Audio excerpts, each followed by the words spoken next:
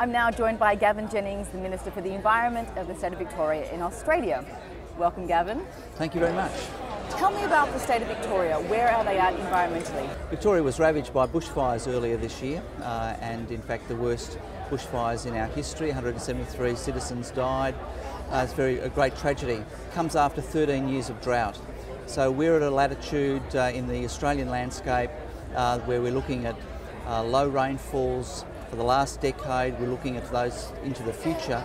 So we actually think we have to readjust our life in terms of coming to terms with lack of water inflows. We have to try to adjust our agriculture, we have to adjust our way of life, we have to be more sustainable in our consumption patterns of water. That's a major driver of our environmental challenge. But we're also mindful of our obligation to contribute to a global momentum to mitigate against the risks of climate change. Tell me about how you're getting citizens to use less water.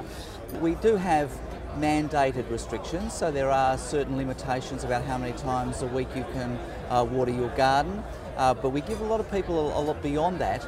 A lot of advice about the way in which they could use water wisely around their homes. Simple things like having shorter showers, simple things about being mindful about recycling water. There's been a great uptake of water tanks, of grey water recycling systems.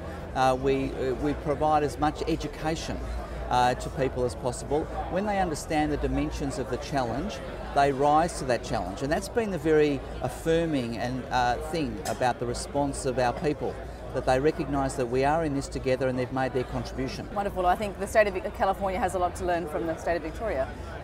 Talking more broadly about this conference, we're here on a sub-national level.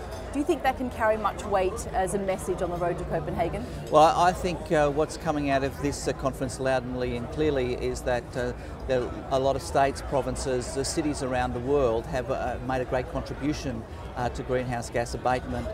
They've led the push for carbon markets. They've led the push for a transformation of their economies. They've developed neighbourhoods, precincts where we have low carbon emissions. So there's a lot of precedent, a lot of track record there that is there. When we lead up to Copenhagen, when we're trying to have an international agreement which will lead to cap and trade schemes, cap and trade schemes will do a lot of the heavy lifting, but they won't do all the lifting. And so a lot of the complementary measures that will be required to really deliver the deep cuts, the sustainable approach to production and economic activity, a lot of that knowledge, that track record is embedded in sub-national governments. Well, Gavin Jennings, thank you so much for your time and good work. Keep it up. Thank you very much. Cheers. Great. Yes.